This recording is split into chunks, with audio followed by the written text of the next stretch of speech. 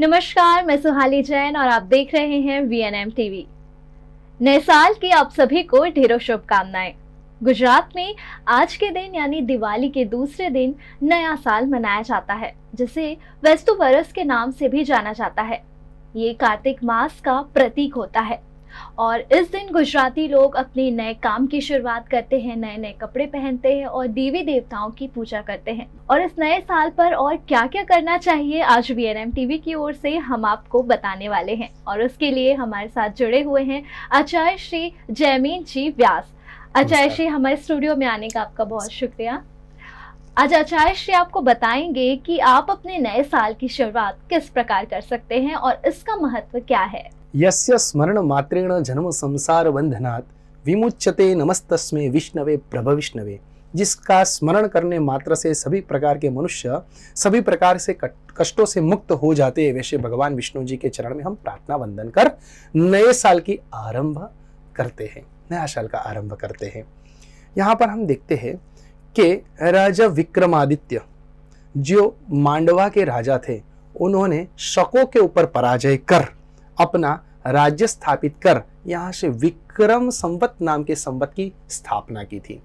तभी से विक्रम संवत नाम स्थापन कर यहाँ पर जो भी संवत है उसको विक्रम संवत से मनाया जाता है। गुजरात के अंदर विशिष्टतया कार्तिक मास की सुद पक्ष की यानी कि शुक्ल पक्ष की प्रतिपदा के दिन यह दिन पड़ता है। यह दिन जो है गुजरातियों को लेकर एक उत्तम दिन और उत्तम पर्व माना जाता है। इस पर्व में अनेक प्रकार की महत्वता है। यह जो पर्व है शास्त्र में पहला ही दिन गिनाया जाता है। यहाँ से नए साल का आरंभ करते हैं, जिसको बोलते हैं बेस्तु वर्ष, यानी बैठने वाला नया साल का प्रथम दिन, जिसको बोलते हैं बेस्तु वर्ष। यहाँ से वर्ष का प्रारंभ होता है। ऐसा गिनते हैं जो खेडूत लोग होते हैं, अपने धान्य की फसल वगैरह जो भी निकाल कर उसका जहाँ भी बांटना वगैरह कार्य करना है, उसके जो भी बिजनेस उसका जो करना है वो करने का प्रारंभ कर लेते हैं। व्यापारी लोग जो भी अपने नई पुस्तकों का यहाँ से पुनरावर्तन कर नई पुस्तक की वहाँ पर स्थापना कर वहाँ से लिखना प्रारंभ करते हैं। यह दिन उत्तम दिन मनाया जाता है क्योंकि इस दिन अलग अलग प्रकार के लोग वस्त्र भी धारण करते हैं और नए वस्त्र धारण कर नए साल की उजवनी लोग करते हैं। भिन्न भिन्न मिष्टान्न आदि बनाकर और सभी लोग एक दूसरे के घर जाकर नूतन वर्षाभिनंदनम आवाज से वो पूरा जो शहर है, जो पूरा गांव है, वो जोर शोर से गूंज जाता है।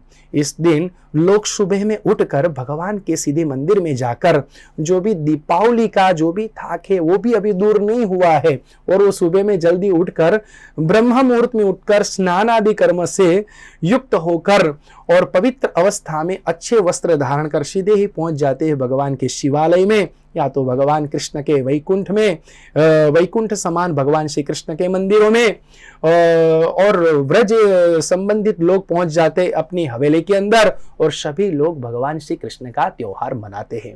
भगवान श्री कृष्ण से संबंधित यह वर्ष भी जुड़ा हुआ है।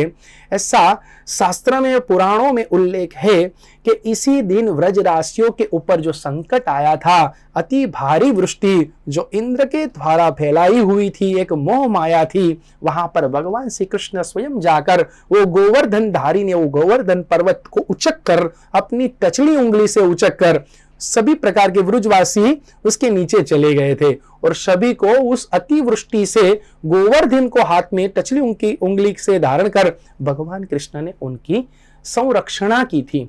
और रक्षण करने से सभी व्रजवासियों ने भगवान श्री कृष्ण को नमस्कार कर वहां पर गीत नृत्य आदि कर वहां पर भारी से भारी अति संबंधित युक्त वहां पर पर्व मनाया था।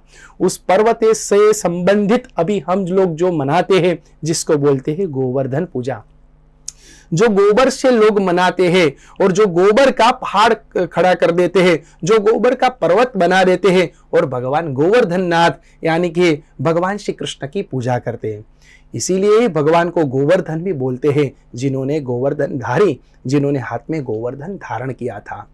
इस दिन प्रसन्न होकर लोगों ने अलग अलग प्रकार की वानगी बनाई थी, अलग अलग प्रकार के मिष्ठान्न बनाए थे, अलग अलग प्रकार के शाकों बनाए थे, अलग अलग प्रकार की जो भी वानगी बनाकर 56 प्रकार के नैवेद्य भगवान के सामने रख दिए थे इस दिन।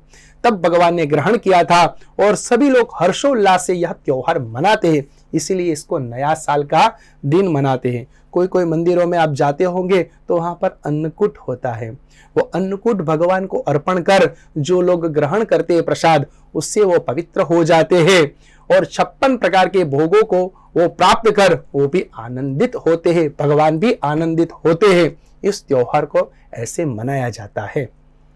यह जो दिन है उत्तम प्रकार का पर्व होने के साथ साथ सभी के मन में खुशहाली लाने का दिन है। सभी नेगेटिविटी, जो भी पिछली जो भी गई हुई चीज को भूल कर, जो भी जिसके साथ झगड़ा भी हुआ हो उसको भी भूलकर मित्र संबंधित व्यवहार का एक दिन मनाया जाता है।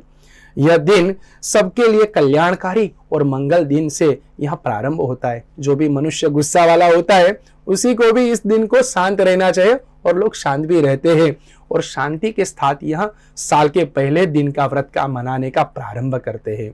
यह दिन सभी से लक्ष्मी युक्त बना हुआ रहे, इसीलिए माँ मैया लक्ष्मी जी की भी पूजा करते हैं, भगवान श्री कृष्ण की भी पूजा कर कर यह दिन का प्रारंभ करते हैं। विशिष्ट लोग यह दिन के ऊपर अलग अलग अपने जो भी इष्ट देव है वो इष्ट देव का भी ध्यान स्मरण करते हैं। कोई कोई लोग तो इस दिन पर भगवान की पूजा कर, सत्यनारायण भगवान की पूजा कर, लक्ष्मी हवन कर या तो विष्णु याग कर, भिन्न भिन्न प्रकार के यज्ञ याग आदि कर्म कर इस दिन को यहाँ से मनाने का प्रारंभ करते हैं।